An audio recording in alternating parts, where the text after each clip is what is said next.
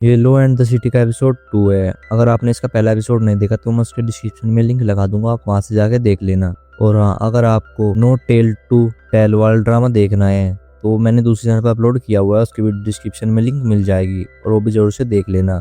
तो स्टार्ट करते हैं। एपिसोड 2 की स्टार्टिंग में हम देखते हैं उसके बाद कांगुई को दूसरे लॉयर से मिलवाने जाती है, लेकिन कुछ वकील उससे ढंग से बात नहीं कर रहे होते, मतलब कि वो काफी ज्यादा जल्दी में होते हैं। इसके बाद वो उन्हीं लोगों के बारे में पूछने लगती है जिनका की नाम उसने रीड किया था। उन लोगों का नाम सुनने के बाद वो लेडी कहती है कि आखिर ये लोग कौन है, कि मैंने इन्हें अभी तक नहीं देखा। वो कांगुई भी कुछ भी नहीं कहती और अपने ऑफिस में आ जाती है, जहाँ पर कि वो उन्हीं लोगों की इन्फॉर्मेशन देखने लगती है। यहाँ पर कि उसको पता चलता है जहाँ पर कि लिखा हुआ था कि अगर तुम्हें एक अच्छे रेस्टोरेंट के बारे में जानना हो तो तुम मिनजियोन से पूछ सकती हो, तुम्हें विंग्स अकाउंट के बारे में जानना हो तो तुम हासांगी से पूछ सकती हो, अगर तुम्हें डिफिकल्ट केसेस के बारे में बात करनी हो तो तुम जियोंग से कर सकती हो। उसका नाम सुनने के बाद वो काफी ज्यादा शॉक्ड रह जाती है और अब जैसे वो उसकी प्रोफाइल विजिट करती है तो स्माइल करने लग जाती है, जिसका साफ मतलब था कि वो पहले से जियोंग को जानती है। उसके बाद हम जियोंग को देखते हैं जो कि अपने ऑफिस में था और सभी एविडेंस को देख रहा होता है और तभी उसे एक चीज मिलती है जिसे देखने के बाद वो काफी ज्यादा शॉक रह जाता है। पहली इन्फॉर्मेशन होती है कि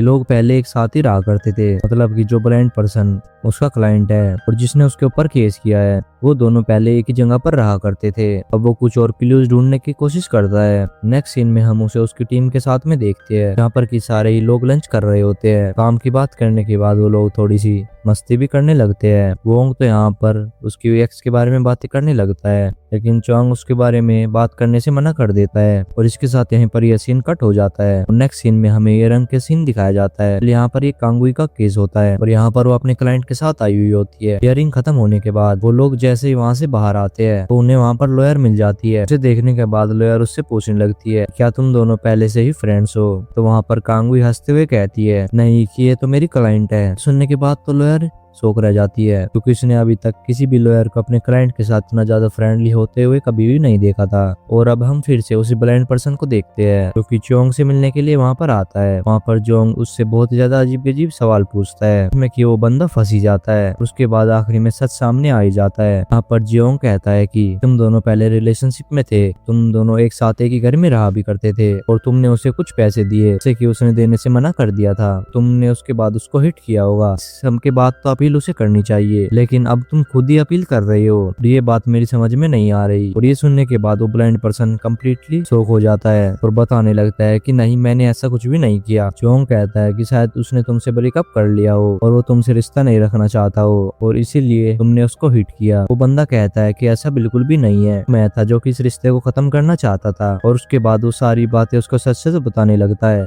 कि कैसे उसकी वजह से उसने अपने लाइसेंस को खो दिया। वो दोनों पहले रिलेशनशिप में थे और उसने उससे काफी सारे पैसे भी उधार लिए थे, लेकिन जब उसने पैसे वापस मांगे उस बंदे ने देने से मना कर दिए और उसके बाद वो खुद ही मेरे घर पर आया था। उसने तोड़फोड़ शुरू कर दी थी। वेल यहीं पर ये सीन कट हो जाता है। नेक्स्ट डे हमें उस केस की हियरिंग दिखाई जाती है और चोंग भी वहाँ पर आया होता है, वो भी अपने क्लाइंट के साथ। और जैसे वो अपील करने की कोशिश करते हैं, सामने खड़ा प्रोसिक्यूटर कहता है कि आपको इनकी अपील को खारिज कर देना चाहिए, ये किसी भी मतलब की नहीं है क्योंकि फर्स्ट ट्रायल में इन्होंने एडमिट कर लिया था, उन्होंने उसको मारा है। लेकिन आज जोन को अपनी बात रखने के लिए कहते हैं। उसके बाद जोन खड़े होकर चीजों को एक्सप्लेन कर रहा होता है, जहाँ पर कि सारे एविडेंस दिखाते हुए कहता है कि मेरा क्लाइंट सच में अंधा इंसान है। आखिर वो मिरर को तोड़ कैसे सकता है, और उसे तो ये भी पता नहीं चलता कि उसके बाथरूम की लाइट ऑन है या ऑफ है। और फिर वो ये भी बताता है कि एक क्लाइंट और वो इंसान एक साथ एक घर में रहा करते थे और इस बंदे ने उससे काफी बार पैसे उधार भी लिए थे। जब इसने पैसे वापस मांगे तो उसने देने से मना कर दिया था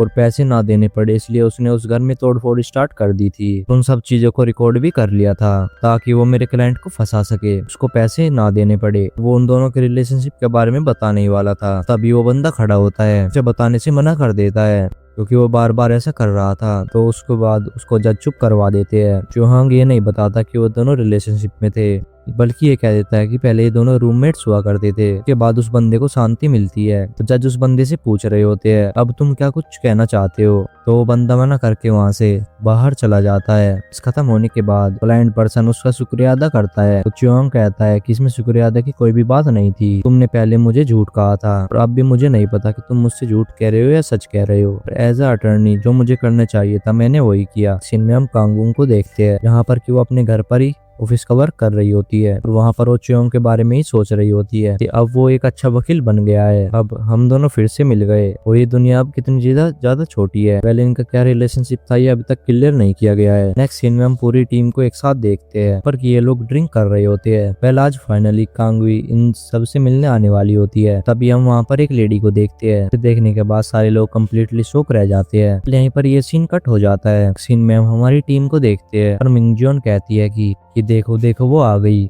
और जैसे ही चुंगुंग कांगुइन को देखता है वो वहाँ पर कम्प्लीटली शॉक रह जाता है। उसके साथ यहीं पर ये एपिसोड खत्म होता है। अगर आपको वीडियो अच्छी लगी हो तो वीडियो को एक लाइक जरूर से कर देना और चैनल को सब्सक्राइब भी कर लेना। और हाँ, कमेंट में जो बताना कि आपको सीरीज कैसी लग रही है और आगे कंटिन्यू करूँ या मत करूँ। और अगर आपको कोई सा और ड्रामा देखना है तो भी आप मुझे सजेस्ट कर सकते हो, मैं उसके ऊपर भी एक्सप्लेनेशन ला दूंगा।